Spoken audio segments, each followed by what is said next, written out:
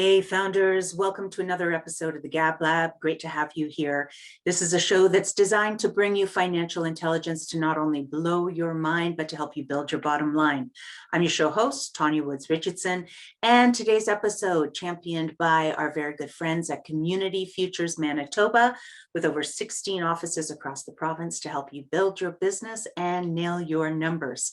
Okay, today's episode, it's all about perfecting the pitch. We're joined by Nail the Number Pro, Ross Finley. I've got to go to my notes on this one. Get ready. He's an angel investor, but he is also the former founder and co-founder and director of the First Angel Network, a former founder of Aurora Angel Network, and current vice chair of the U.S. Angel Capital Association and Angel Resource Institute, part of the Kauffman Foundation. It's a mouthful.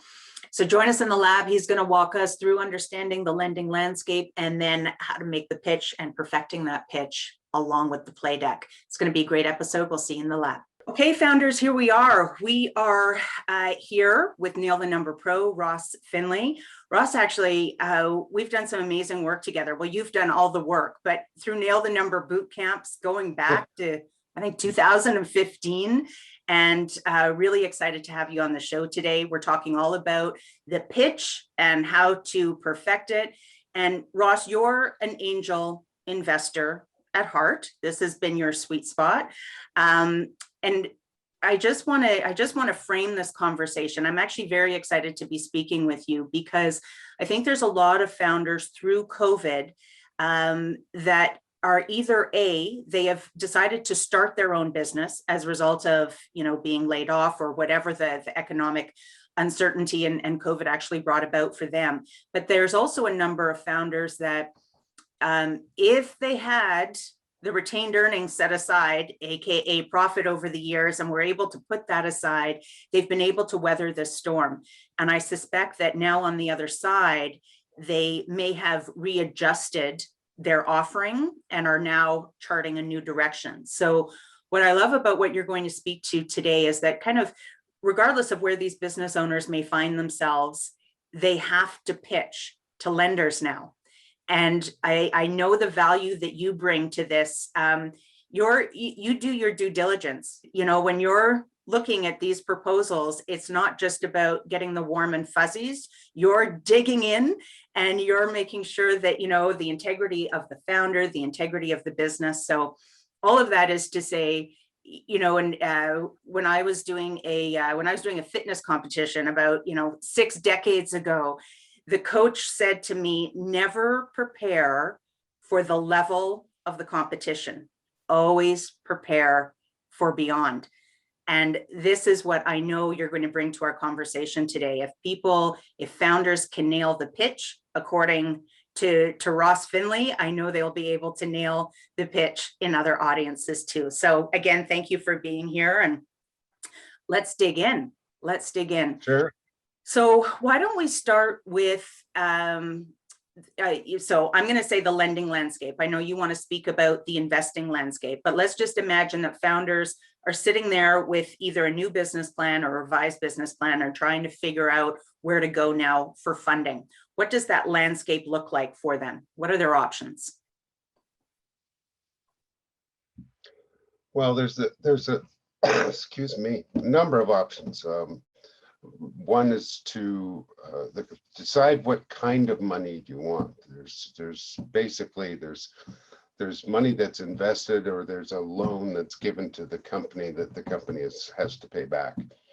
Once you accept a loan, it's harder to get investment because a loan has to be paid back, and the investor doesn't want their money to be used to pay back the loan. So it does look changes your balance sheet and makes it a little less attractive to investors later on. But if all you need is a loan, again, it depends on, as you said, your people are making adjustments to their business models all the time, and especially during the current conditions. So if you're making adjustments to your business model, you have to figure out how big an adjustment is it, and has it changed your marketplace at all? And so you may be required to look for more than a loan, or a loan based on what you have. So there's loans, and then there's investments. Investments can actually come in the form of a loan, which is often called a convertible debenture. So you can, I could give a company some money based with a convertible note that says in 2 years, I can call the note, or I can convert it to a shareholder position in the company.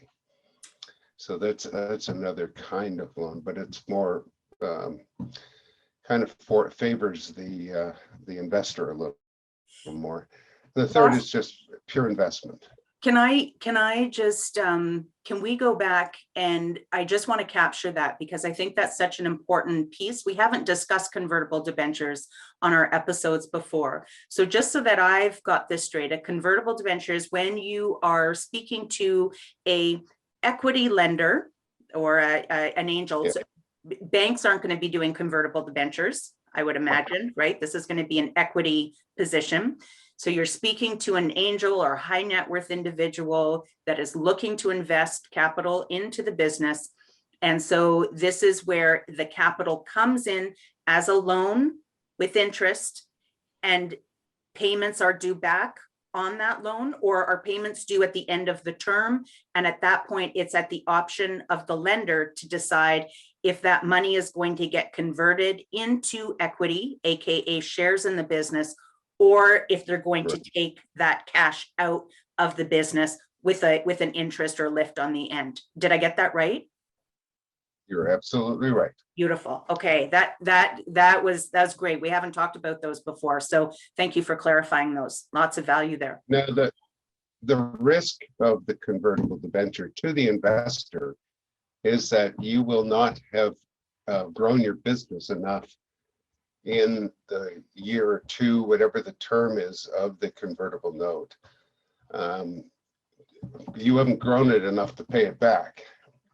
So if the investor called the note, they'd own the company. If the investor converted the note, then the valuation would kick in, and you may end up losing your company in a different way. I mean, so chances are, in my experience, convertible notes are usually extended if the company is doing well, but just hasn't hit their targets and is moving forward, but not at the rate we want. So you'll either convert at that point or extend the note. Okay. All right. No, yeah. But each time it's gathering interest, and usually the interest is somewhere around 8%, and it's Wow, it accrues. Yeah, that seems steep. But this is the price of money, I guess, that right. And as you're sharing this information, my mind goes right away to, again, the importance of sound financial forecasts, right? Don't just prepare a forecast and pull numbers out of the sky to pull together something that you think an investor is going to get excited about. Because if you can't deliver on those numbers and you can't deliver on those forecasts, now you're, just to your point, now you're in a really yucky is not the right word. You're in a you're at a disadvantage. You're in a deep hole. Deep hole. I'm sure there's some other adjectives that can describe that. All right. So we've talked about convertible debentures. If I just take a step back, and a founder, they're looking at their plan. I know that in past presentations, you've talked to about potential to access love money. So friends and family money, and that could be either debt or equity. But and I know you've hammered home this point before, know what you're getting into. Don't just grab the money from Uncle Joe and, go, thank you very much. Like, understand the terms that Uncle Joe has in place, because that could cost you at the end too, right? So we've got that love money. I know you've also brought up credit cards, and a lot of founders, when they're looking to get started, want to avoid having to speak to a lender and want to avoid having to do all the cash flow forecasts and the due diligence. So they turn to their credit cards at 19 to 24, 25% interest. So not a smart move there. Let me ask you, because what's I've that? had entrepreneurs come to me and say they're looking for $50,000. And why? Because they have $50,000 in credit card debt. Yeah. So my 50,000, if I was going to put that money in the company, is to help the company grow. Paying off a debt doesn't help the company grow. Yeah. So that's what we're looking for. That makes absolute sense. That's why I don't like seeing a lot of debt on a balance sheet when they finally get to the point they want to get investment money and take on shareholders and business partners. So when I see debt on a balance sheet, and convertible debt is still debt. Convertible debenture is debt on the balance sheet. So if someone else has come in before an angel group or an angel investor and they see this, they won't invest unless that previous investor converts that debt to shares. Because if they're at risk of putting their money in and the founder just using it to pay off the convertible loan. So, okay, so let me just clarify this in then. which case, again, the company doesn't grow. So what if, because our episode champs are community future offices, they're across Canada, and they're developmental lender, right? Much like women entrepreneur groups and futurepreneur, and we've got some phenomenal developmental lenders across the country. So if you see, and that's always a form of debt. So if you've got an entrepreneur that's come to you that in the early stages, they were able to access that developmental funding, and that's still on the balance sheet, are you then suggesting that they either need to get that repaid before you lend, or can they, is there another workaround that an equity investor would be open to seeing if they have that loan on their balance sheet?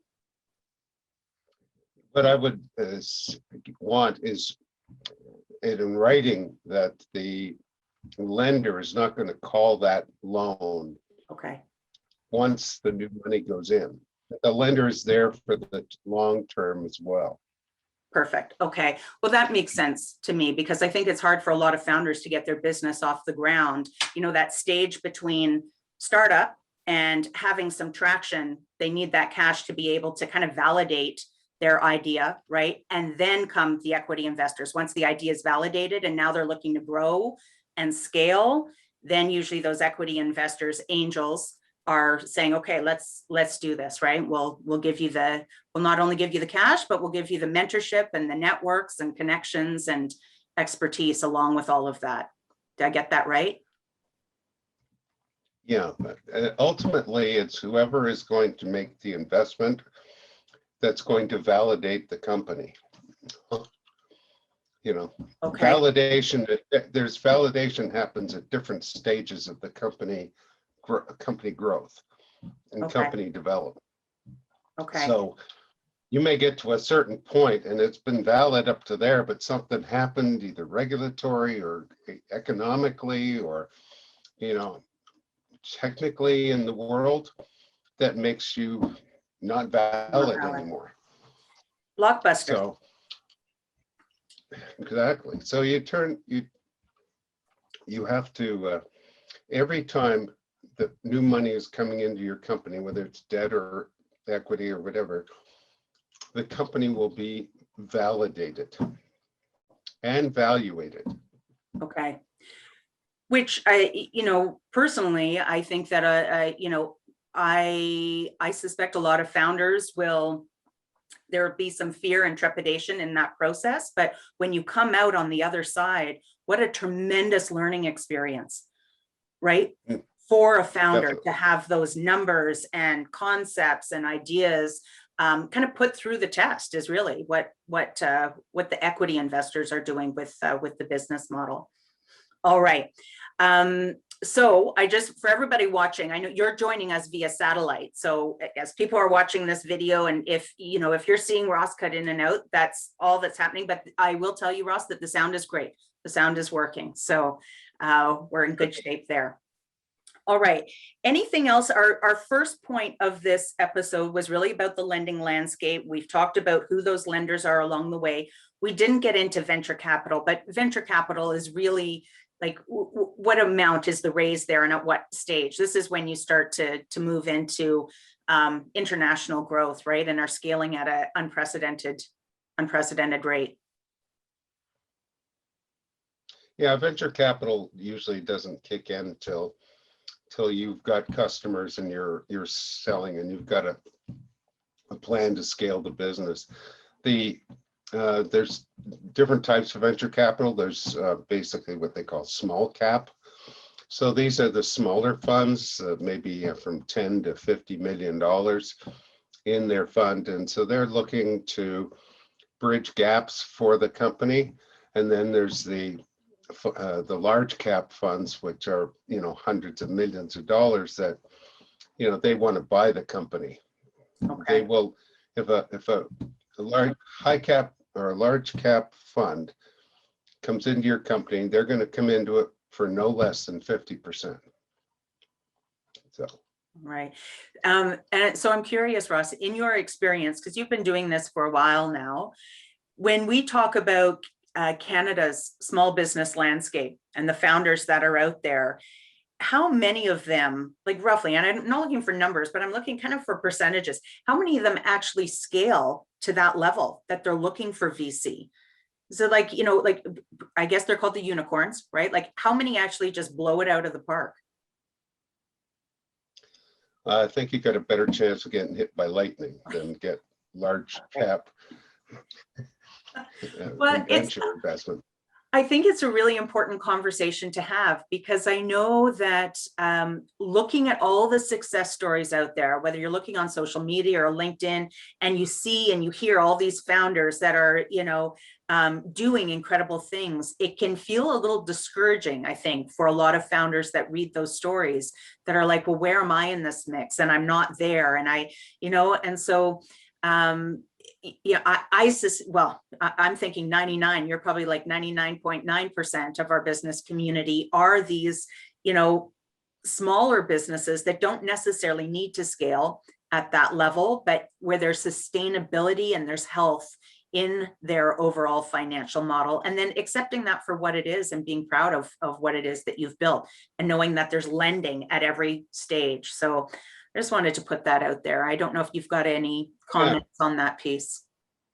I would just say that there's nothing wrong with investing in a company or lending to a company that has got rock steady growth, is making a mark in its market and is achieving what it sets out to achieve. But if you've set out to be the next Facebook and you've got $200,000 in the bank and 6 of your best friends are your coworkers, you've got a lot more, you got a lot of distance to go before you get to any of that point. And from an investment point of view, I'm vice chair of the Angel Resource Institute in the US, and so we do a lot of research and education in angel investing. And we learned back in 2016, we did a return study, so to the investors, and 50% of the companies that were invested in by angels went down the toilet back in 2016. In 2019, we did it again, and it was up to 70% of the angel invested companies go down the tube. So that means that we have 30% of the companies that we invest in to a return to the angel, a return on your investment. So that tells the angel investor they really have to, take a portfolio approach to investment, invest in a lot of different things, in a lot of different sectors, with a variety of entrepreneurs to increase your ability to get a return. And the way companies get returns is through what we call an exit. And the exits, there's really only 4 of them. One is you IPO, you become public. Your odds of that are virtually nil. Less than 1% of the companies that get investments are actually go on to become public companies. 94% of them are through mergers or acquisitions. And then the remainder have a nice dividend return kind of thing to their investors, where every year they share some of the profits back out. So that's of the 30%. The other 70% flush. Yeah. Okay. And there's only 4 reasons that your company will exit, and there's only 4 reasons that your company will be acquired by anybody. Number 1, they want your cash flow, or number 2, they want your technology, or number 3, they want your talent, or number 4, they want your brand. That's it. So when you are thinking about taking in money that is basically taking on business partners through investment or through a convertible debt that could become an investment, you have to understand how you're going to pay that investment back out. Right.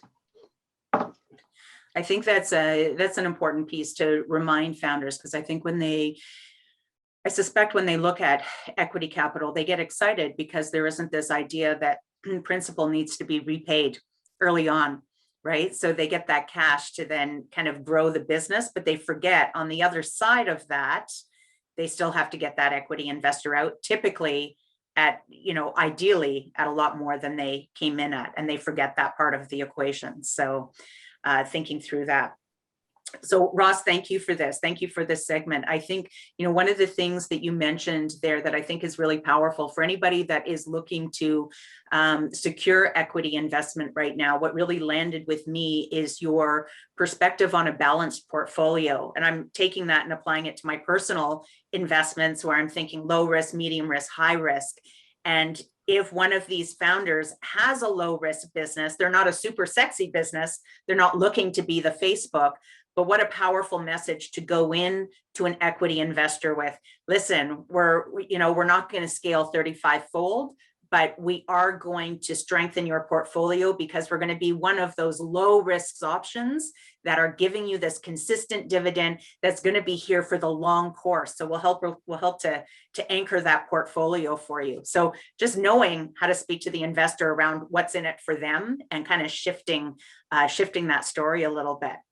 Thank you for that. That's powerful. All right, everybody. Oh, sorry. Go ahead, Ross. I just said you're welcome. Okay. All right, so that takes us to the end of part 1 of better understanding how to perfect the pitch. We've talked about the lending landscape. Just want to, again, thank Ross for being here, and thank you to our episode champion, Community Futures of Manitoba. They have over 16 offices across the province to support you in your fundraising initiatives. And we're looking forward to seeing you in here for part 2, where we're actually going to talk about the pitch deck and the slides that go into the pitch deck and what you really want to cover in those slides. So we'll see you back in here for part 2. Thanks, founders, for watching.